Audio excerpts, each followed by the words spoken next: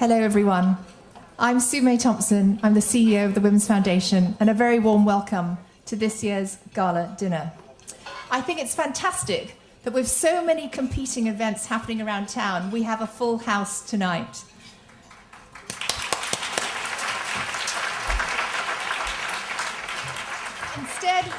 Instead of coming here, you could be at the Asia Society's annual dinner or a number of other corporate functions. At the other end of the spectrum, you could be flaunting it at the Casbah Ball, the cable and satellite operators' annual shindig, where this year's dress code is come as your favorite game character.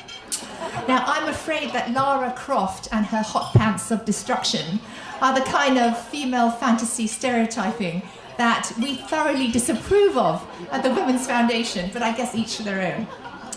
I'm just glad that we didn't hold this event last month and tried to go head-to-head with the CLSA Investor Forum. Where is the CLSA table? It's over there. Okay, there you are. Which, as everyone knows, featured the world's sexiest man alive, George Clooney. Now, of course, at the Women's Foundation, that is the kind of sexist labeling that we typically disdain. But we're only human. And if I can be forgiven a hello moment, I think it's kind of cool, don't you, that George Clooney is going out with a former professional female wrestler? You know, talk about a woman succeeding in a man's world. But seriously, we actually have a very high percentage of people in this room who've not only chosen to be here tonight, they have been to this event in past years and have come back for more. So if you're in this group, can I get a show of hands? Actually, even better, can you stand up if you've been to this event before in past years? Come on, whoa! Okay, give them a round of applause. Thank you, you are heroic. You are heroic and we love you. So I would hazard that your coming back for more has something to do with, or perhaps everything to do with, the fact that the signature feature at the Women's Foundation's events is the fabled ice cream Caratino, which serves the best free gelato in town. And tonight, again, as usual, we have gelato maestro Paolo under that stripy awning. Paolo, we've never run out of ice cream before, have we? No? Never. One night? No, never, right? So tonight's the night. Okay. Anyway, whatever your motivations, thank you again for choosing to spend your evening with the Women's Foundation. We're going to share with you why we exist, who we are, and what we do. You're going to be hearing from some of our dedicated staff and board members, our amazing program participants, some of our key donors. You're also going to be hearing from some remarkable women in public life who are doing remarkable things in Hong Kong and on the world stage. And in that vein, I'd like to warmly welcome Emily Lau, our keynote speaker for tonight.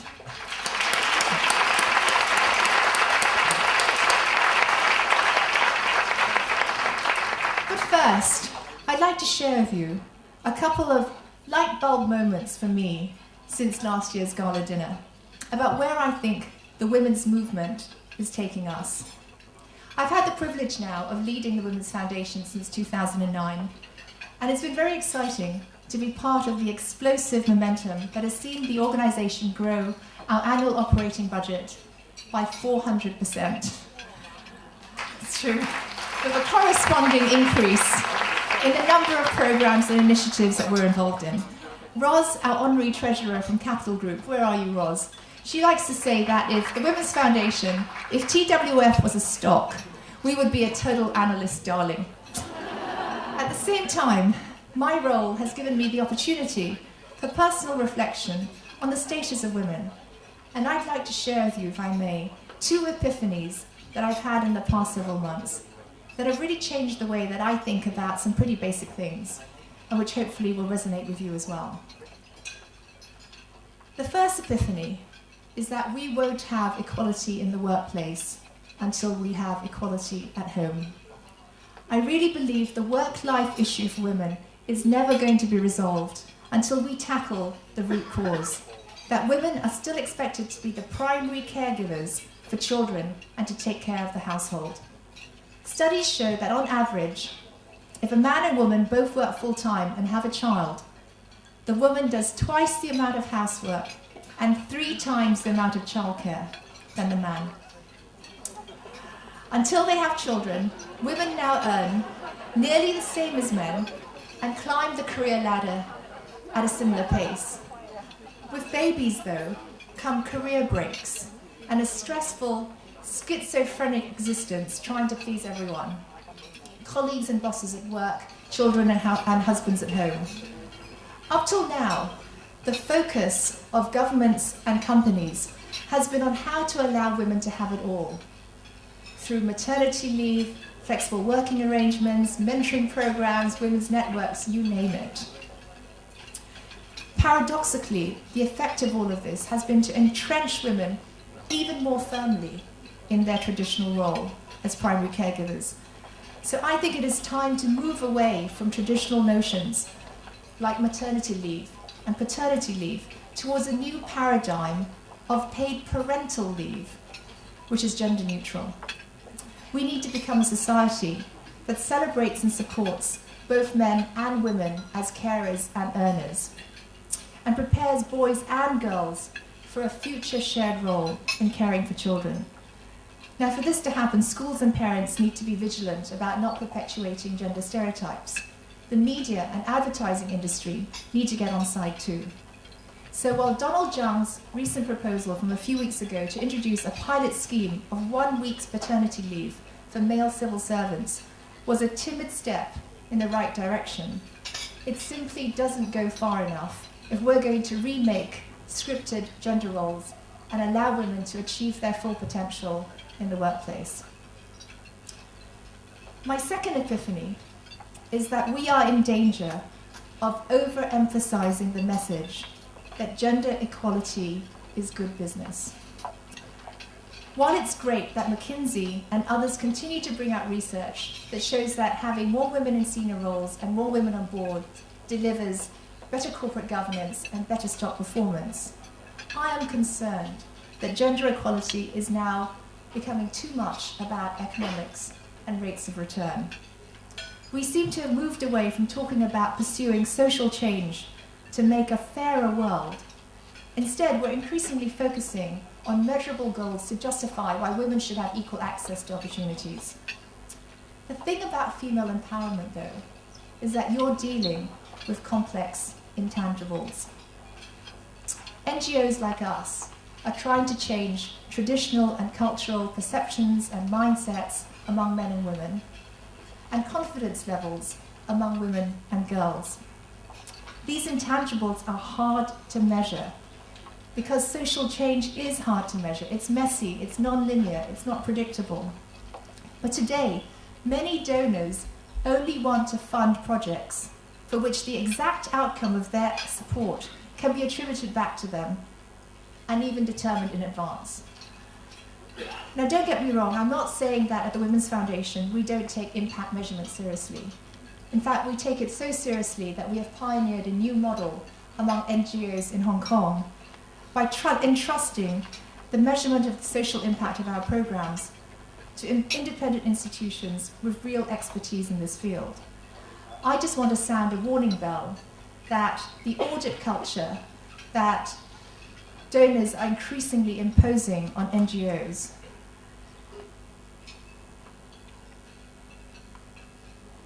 is counterproductive. Because what is the result of this overriding focus on measurement? In many cases, it's actually less, not more, transformation. So from the macro, let's now move to the micro.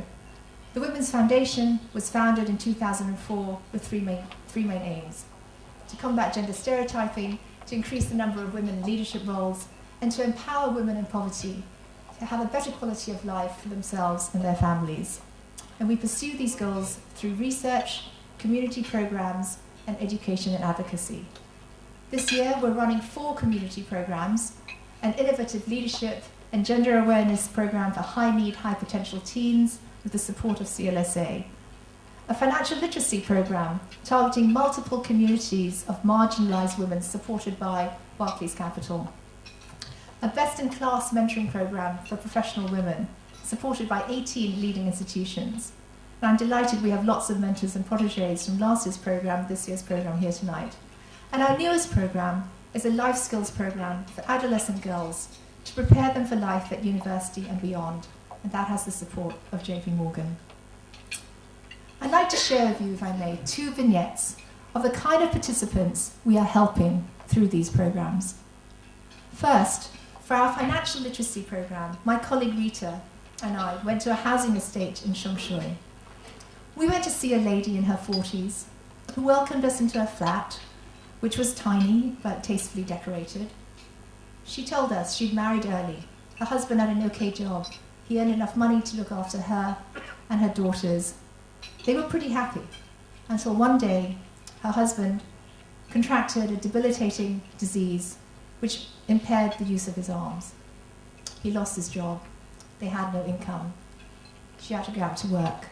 Without any qualifications, the only work she could find was as a cleaner. She does 2 shifts, during the day and at night. And all the time she was talking and crying while she was talking, you felt the invisible but palpable presence of her husband behind the bedroom door. He never leaves the flat. And the feeling you got was here was a woman who was trapped by unfortunate twists of fate, who was going to be trapped for a very long time to come. And what was really touching and inspiring was that although she was poor, she wasn't broke. She had courage, she had determination, and she's recently joined a retraining scheme for local domestic helpers, and she's actually counselling other women on the benefits of joining the same program. Secondly, from our mentoring program for professional women, one of the 300 applications we received was from a young woman working at a leading financial institution. Her CV was pretty unimpressive, mediocre grades, series of contract positions at a number of banks. So the selection panel had pretty much written her off even before she sat down for an interview. Our opening question to her was, "So why should we take you? We've had lots of applications from your bank." And she said, "Maybe because I need it more than anyone else." And she explained, her parents are illiterate, father's never been able to hold down a job, mom is a security guard in a car park.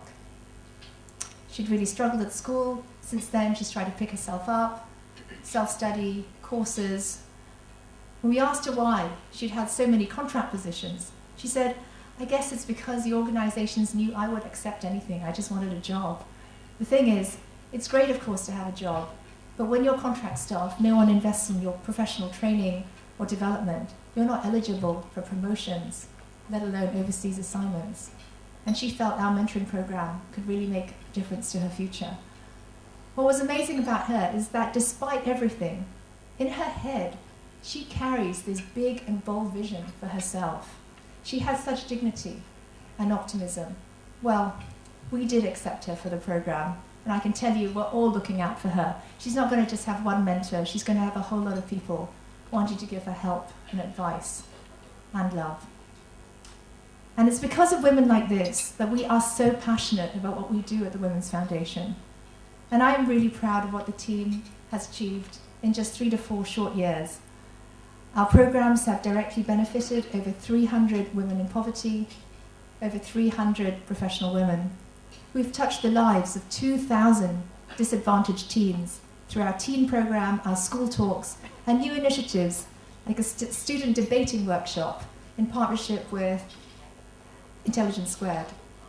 We've also contributed to capacity building at over 24 local grassroots NGOs. We've published over 18 columns on women and gender issues in the South China Morning Post. And we're increasingly sought after for our opinions by the media. We're very, very excited about a new partnership with RTHK. We'll be announcing shortly in connection with their daily program on social issues concerning women, hosted by Crystal Kwok, who's here today. And next year, you're going to see a slew of research from us and our partners, who include Civic Exchange, the HKCSS, and CUHK, and that's sponsored by Goldman Sachs. Of course, we couldn't do what we do without the support of organizations like the EOC, Polion Cook, Christian Action, the FPA, and numerous others. And I'm delighted that Lam Woon Kwong, the chair of the EOC, and Sophia Cao, the head of the Women's Commission, are here tonight. Thank you both for your continuing and unstinting support. Furthermore, with our very lean but incredibly dedicated and hardworking staff, we can only create the impact we do because of our passionate and committed board and advisory board members. I'd like to acknowledge in particular our current board chair, Kay McArdle, our former board chair, Estella Huang Lung, our vice chair, Noriko Honda Chen, and our honorary treasurer, Roz, who has a venerable and long Thai family name, which I won't attempt to mangle. I'd also like to pay tribute to our dedicated steering committee members, our wonderful volunteers, and our talented interns. In closing, tonight is about celebrating the progress that we've made and fundraising for the journey ahead.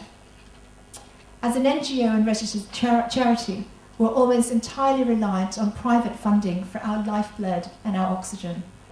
Every cent counts, and we really make sure it does. We operate out of a tiny office in Shongwan, where all the furniture is second-hand or third-hand. We're proud that our non-program related expenses come to less than 12% of our overall budget. We are frugal, we're fiscally prudent, we're fueled by a sense of urgency and a great sense of responsibility. So please support us. Thank you for coming, thank you for listening, and have a great evening.